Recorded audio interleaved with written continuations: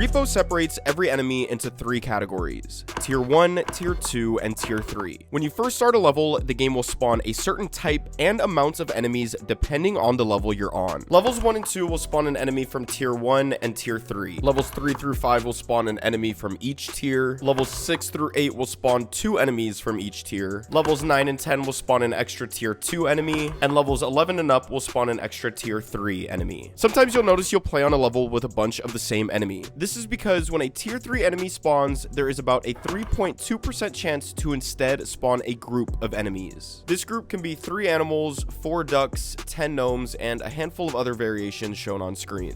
When a level starts, all enemies will be spawned on a level point in the furthest tiles from the repo van. Level points are basically just checkpoints placed around the map that enemies use to spawn on and pathfind to, similar to AI nodes from Lethal Company. Every enemy will idle on that level point for a certain amount of time depending on the level you're on. The higher the level, the less time enemies will idle. There is also a 20% chance for these idle times to pretty much be non-existent. If you step within 20 units of an enemy, this will cancel out their idle time. Please note that there are rare cases when an enemy will spawn very close to the repo van. This is currently a bug that basically just happens when the game has trouble spawning the enemy, so it respawns the enemy close to a player.